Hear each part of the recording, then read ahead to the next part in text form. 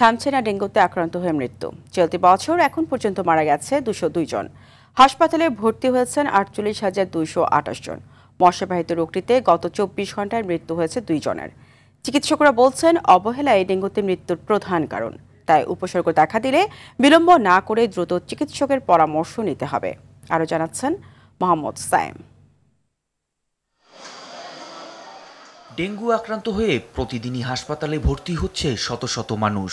তাদের মধ্যে জ্বর, তীব্র মাথা ব্যথা, রক্তক্ষরণ ও খিঁচুনির মতো উপসর্গ নিয়ে বেশিরভাগই ভর্তি হচ্ছেন।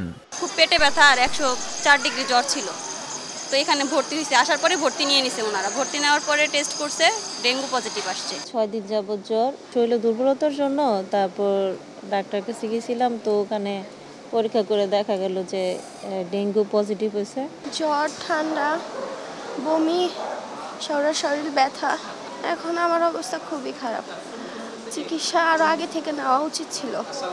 সারা দেশে 24 ঘন্টায় এডিস মশাবাহিত রোগ ডেঙ্গুতে আক্রান্ত হয়ে 2 জনের মৃত্যু হয়েছে।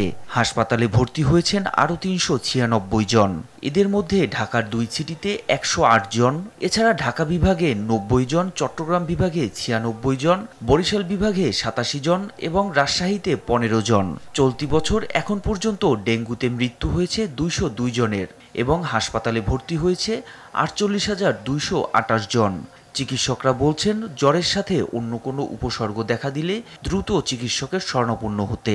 তো কারো যদি জ্বর আসে, সাথে যদি লক্ষণ থাকে যেমন মাথা ব্যথা, শরীর ব্যথা, তাহলে দেরি না করে নিকটস্থ হাসপাতালে গিয়ে ডেঙ্গু টেস্টটা করিয়ে ফেলা উচিত। অন্তত ডেঙ্গুটাকে এক্সক্লুড করা যায়, তাহলে কিন্তু অন্তত মারাত্মক রকমের ঝুঁকি বা মৃত্যুর হারটাকে কিন্তু আমরা কমায় ফেলতে পারি।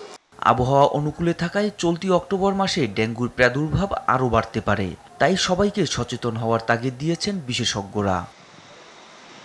মোহাম্মদ সায়েম, RTV।